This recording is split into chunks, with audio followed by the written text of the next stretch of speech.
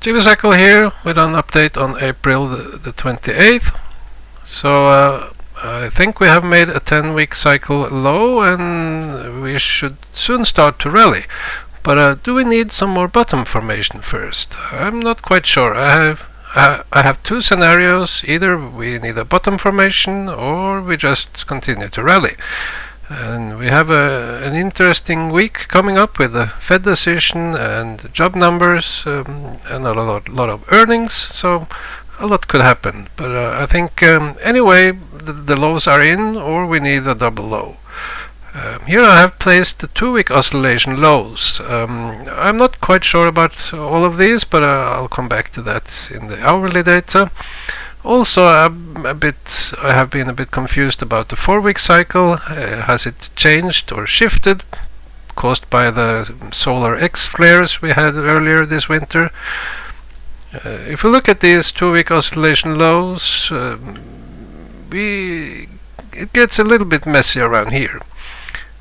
Because we had the Nvidia earnings and some hesitation ahead of those.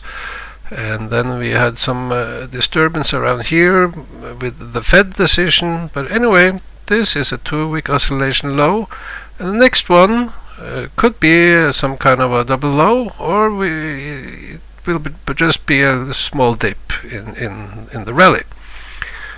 So zooming out, we have the 3.5-year cycle here in green, and there's still a lot of time left in this cycle. And here I have the S&P adjusted for inflation. I also have the 28-year cycle here, and the 28-year cycle is either a financial crisis cycle or a war cycle, and the previous one was a financial crisis cycle, and the current one is a war cycle. And we are in the period where wars typically begin, and this period extends into the 2030s. So in this 28-year cycle, the previous top was a momentum high, suggesting that we should have a price high coming up here in this cycle. But this topping formation could extend all into the year 2028 possibly. But I think this will be the price high, and then we will have some bearish action for the next 10 years. I have a scenario from some analogs from the 1970s suggesting that we are in kind of a sideways phase with a low coming up sometime in June, and we could have, I don't think we will have any real bullish breakout here now in the spring and early summer, but it's possible we get this breakout after this low in June, or we go sideways all the way into the fall and then we get the last pop, and the bull market high should then be around Christmas this year, I think. But the topping formation could extend into the winter and spring next year, possibly. Looking at the VIX, and the 10-week oscillation in VIX is suggesting the VIX has topped, it's going down, and if we invert the wavelet comparing with the S&P, it suggests this was a 10-week cycle low and the S&P should go up. So I had a scenario for the VIX making a low and the S&P making a top, and we see yeah, it looks like all clear to rally, but could still be some needing some higher low here before it really takes off. Also, I have a scenario for the VIX making a top and the S&P making a low, again suggesting some hesitation in this coming week, and then we should take off. And we could compare going back to the fall. We had a similar situation here in red. We had a correction here, and it all looked well. We started to rally, making a high low, and at this point we should have been seen a new pop up and the rally continuing, but then we saw weakness in the S&P, and it couldn't pop up here and started to roll over. That was a warning sign. This is a bearish left translated cycle, and we just continued the downtrend. But so far in this current situation, no need to worry. We should well, we have to see how it develops. Do we need to make a double low, and then do we see a real rally? Or so the next coming weeks, if we can't see a real rally here, we have to look out for, does it start to roll over? So looking at the S&P data, daily wavelets.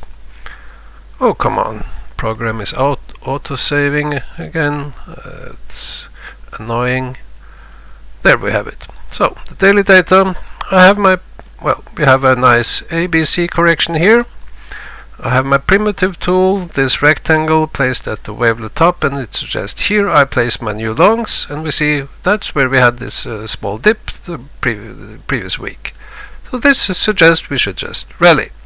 If we go back to this situation, similar, we should rally. So this method is the normal behavior, but in very bullish trends this doesn't play out. And you see after the wavelet topping, the S&P just continuing to trend upwards and suggesting I should ignore this signal. But here we saw weakness and bearish confirmations, so this should work. Also, I should mention we have the third variant, the very bearish one. If we go here, we see the S&P did not make a low at this point. It made a later low, and that's the bear market rules. So we had the S&P following bear market rules in the middle of a bull market, and that can happen. Also, we had the strong geomagnetic storm here at this point, suggesting this would be the normal pattern. However, we broke down a little bit earlier. And what caused this correction? I think it was the Middle East, Iran and Israel. And so I would suggest what happened here.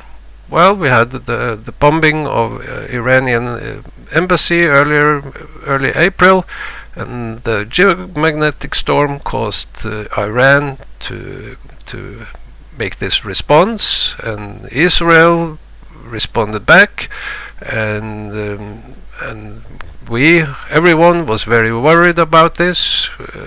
All these worries and actions were caused by this geomagnetic storm and how it influences us.